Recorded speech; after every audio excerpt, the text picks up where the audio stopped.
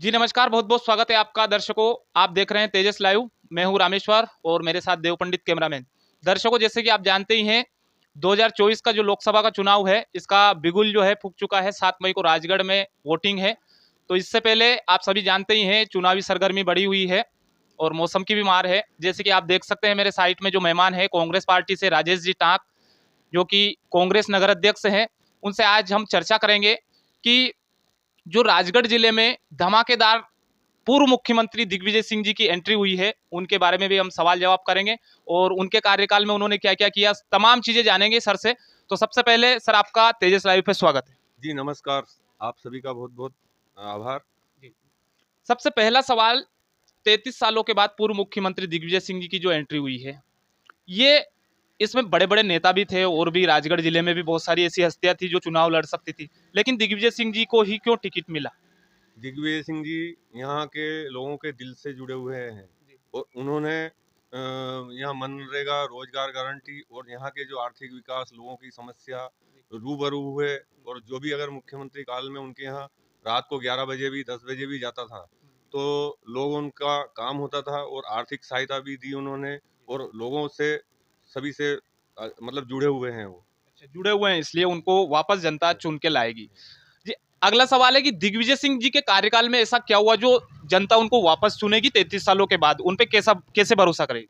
उन्होंने मतलब ये जो खिलचीपुर क्षेत्र है हमारा, जी, यहाँ मतलब ये जो दांगी दांगीवाड़ हम बोलते हैं अपन, जैसे कि वहाँ पे क्या है, जैसे ये बांध वांध ऐसा पानी बढ़ रहा था, कुछ भी कोई व्यवस्था नहीं थी, जी, तो उन्होंने छोटे छोटे बांध तालाब बनवाए। जी, और मनरेगा रोजगार गारंटी में लोगों को उस टाइम लोगों मतलब बाहर जाते थे यहाँ से जी, मजदूरी करने के लिए बाहर निकल जाते थे, उनके पास इतना पैसा नहीं था जी, और वहाँ जाकर वो उन्होंने यहाँ उनका पलायन रुकाया और नदी बांध तालाब ये कुएं मतलब इनमें उनने रोजगार दिलवाया जी, और मनरेगा रोजगार गारंटी इनसे इन लोगों को वहाँ मदद मिली, तो वहाँ वो रुके और उनकी जो असिंचित जमीन थी उनको छोटे छोटे बांध बनाकर सिंचित करवाया। अगला सवाल, जैसे कि कहा जाता है, बीजेपी का भी एक बड़ा आरोप है कि जो बड़ी-बड़ी फैक्ट्रियाँ थी, शुगर फैक्ट्री है, खाद फैक्ट्री है, यूरिया की फैक्ट्री, ये राघोगढ़ चाचौड़ा में उनके कार्यकाल में दिग्विजय सिंह जी ले गए। तो ऐसी राजगढ़ जिले में भी वो डाल सकते थे, राजगढ़ के युवाओं के लिए भी कर सकते थे, तो उन्होंने वहीं क्यों ले जाके यहाँ क्यों नहीं डाला? वहाँ क्या है, या तो वहाँ को उनको उपयुक्त सुविधा दिखी जी, और उसके बाद ये भी है तो राजगढ़ जिले का ही है क्षेत्र। जी, भाई राघोगढ़ चांचोड़ा ये भी है तो राजगढ़ का ही है। जी, तो वहाँ कुछ ना कुछ जो वहाँ से कोई सर्वे करने आए होंगे, कुछ भी होंगे, जी, तो वहाँ उनको ऐसा कुछ उपयुक्त दिखा होगा कि भाई यहाँ साधन सुविधा ऐसा, जी, तो उस हिसाब से फैक्ट्री वो डली जी, और डली तो वो राजगढ़ में ही डली। जी।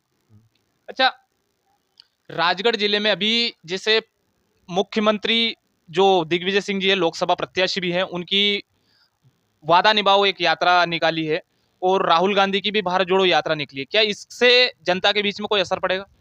ये क्या है कि विधानसभा में इन्होंने बहुत वादे किए जी, और ये वादे पे पूर्ण नहीं बैठे, जी, मतलब ये इनने वादा पूरा नहीं करा। जी, तो श्रीमान दिग्विजय सिंह जी ने यहाँ पर लोगों को चेताया कि जैसे कि उनने 2175 मतलब 2700 रुपए का गेहूं का वादा किया था, जी, तो 2175 दे रहे हैं, या 125 बोनस दे रहे हैं। आज तक इन्होंने पहले भी किसानों को बोनस नहीं दिया, जी, तो ये कहाँ से दे देंगे? तो इनने वादा खिलाफी करी। जी, गैस टंकी का इनने बोला था कि भाई हम कम करेंगे, जी, गैस टंकी के दाम भी वही है जी, और महंगाई ये है, सभी पे कोई नियंत्रण नहीं करा जी। और यही कारण है कि उन्होंने अपने वादे पूरे नहीं करे।